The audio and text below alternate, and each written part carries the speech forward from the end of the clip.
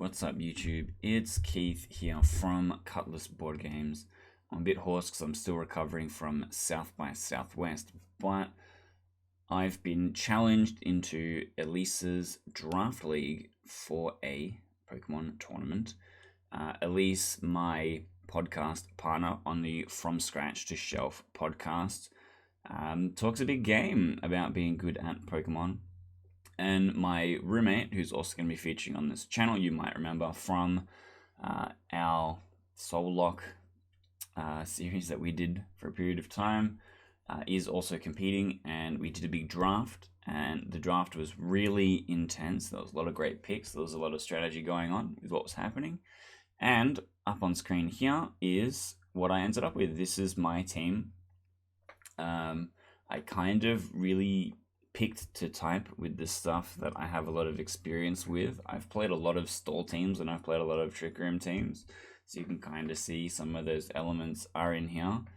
The list that we were picking from was the latest Dex entry from the new expansion content that had just came out, which had a lot of Gen 1 stuff, but then a few of other things kind of sprinkled through there. But it was a pretty limited pool with some very interesting stuff, and there was no legendaries, there was nothing too crazy. And this is what I ended up with. The two doggos, Arcanine and Luxray, was kind of the core of the idea that I started out with, where I wanted to be able to have Intimidate and control a bit of what was going on. And then I have a bunch of Trick Room Pokemon. I've got a bunch of slow Pokemon, but also some fast Pokemon if I want to adjust my strategy with what I'm doing, because we have teams of 10 and we're picking 6 to go in. So it's not like VGC, where it's you have 6 and you bring 4. It's we have 10 and we'll be bringing 6. And I'm going to run through some of the different things on each of these Pokemon so you can get a bit of an idea of what my team might look like, because I get to adjust it between every round, and I will know exactly what 10 Pokemon my opponents have. So there'll be some scouting, there'll be some planning, getting some ideas of what they're doing, and then trying to make my team good enough to beat them. But let's get started with the two doggos. First of all is Arcanine, which has a huge base stat total. I've included the BST for each of these Pokemon because it kind of gives you an idea of how much of a threat they are regardless of their speciality. Arcanine has Intimidate, it's really its only useful ability, and it's incredibly bulky, but it has really good move coverage for a lot of different type options. It also has stuff like Extreme Speed. But it also has a lot of good wall options, like Will-O-Wisp, like Snarl, Morning Sun, if you just wanted to try and stall, and that might be something that I have to lean on later on. However, Luxray, which only has a 523 BST in comparison, has less flexibility, but it also has Intimidate, but it's very fast. I think that might be relevant, because you can Intimidate and then Volt Switch out almost immediately. You get kind of a free one in there. But Luxray also has really good coverage. It has access to all of the Fang moves, pretty much, which will help me build up some coverage for some of the different threats in the pool. Next up is Glimmora. So Glimmora is kind of the core of the stall set because I can put in a lot of hazards. The main thing that Glimmora does well is place hazards with the ability that Glimmora gets, which puts down Toxic Spikes for free. But it also has Spikes, it also has Stealth Rock that I can just use to fill up the arena. And you can play it as stall with Spiky Shield or as a flexible sweeper, because it does actually have a couple of good special moves like Dazzling Gleam, Flash Cannon, stuff like that. So I have a bit of a flexibility in there if I want to go full stall, if I just want to use it as a sweeper. I've also got Weavile. So Weavile has a 510 BST, but it's really squishy, but really fast. And has really good stab ice coverage. One of the interesting things about the draft pool is there was maybe 3 ice type Pokemon. There really wasn't that much ice coverage, and there's a lot of scary dragon types and ground types. So like Garchomp was a big competitor. That I obviously didn't end up getting. We also have Kommo-o, which is a bit scary.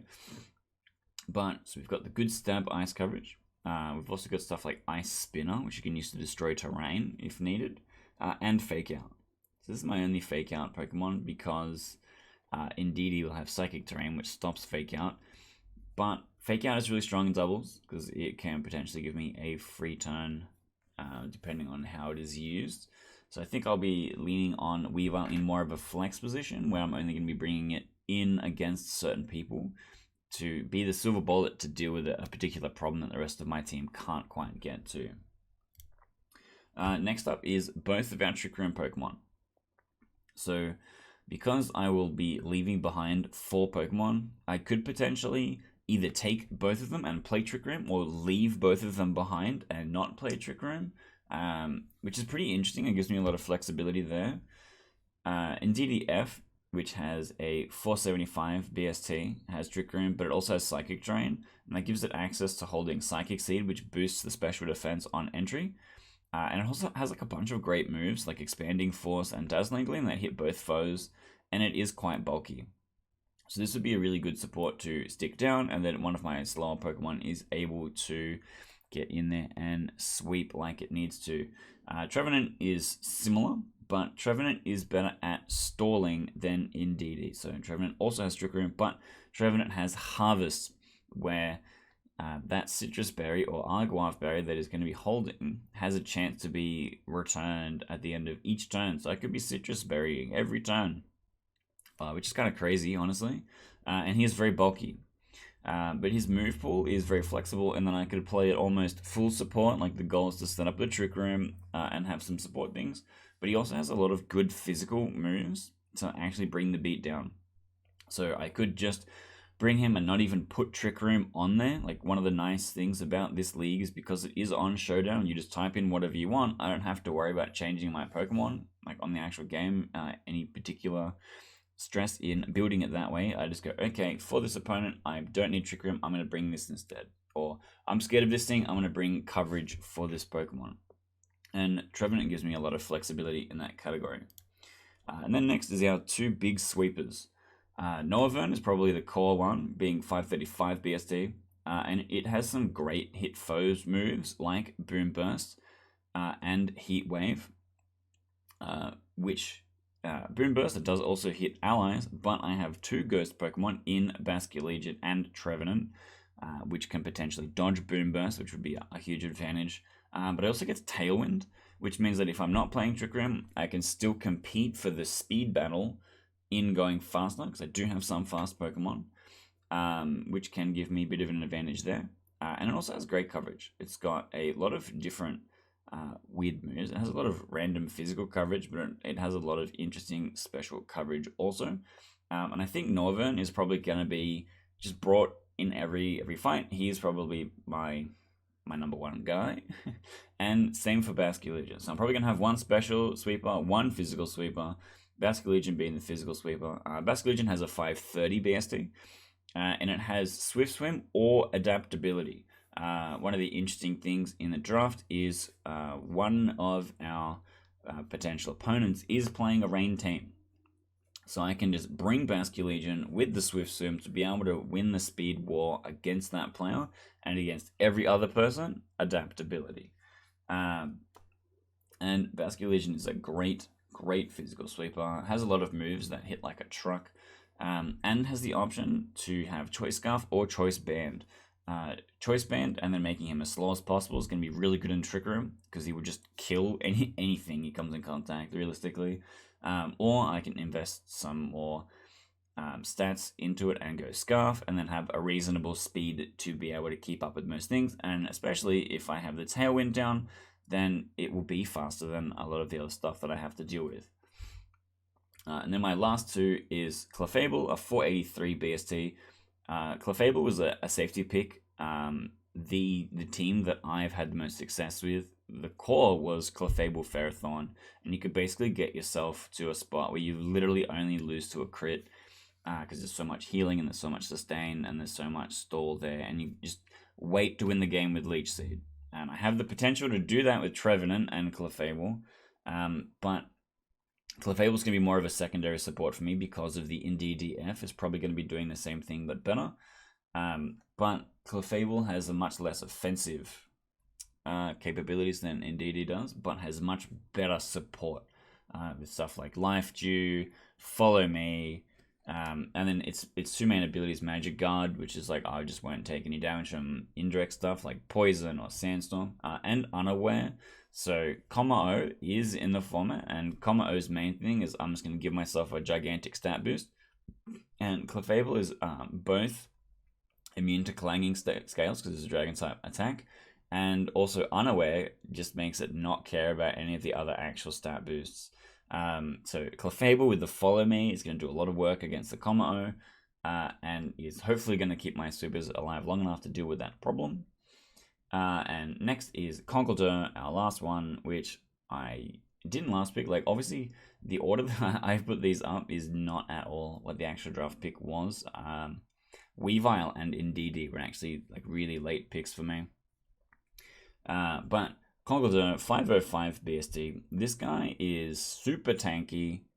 With something like Assault Vest would be really good. Keep him alive for a long time. And he's probably one of the Trick Room All-Stars.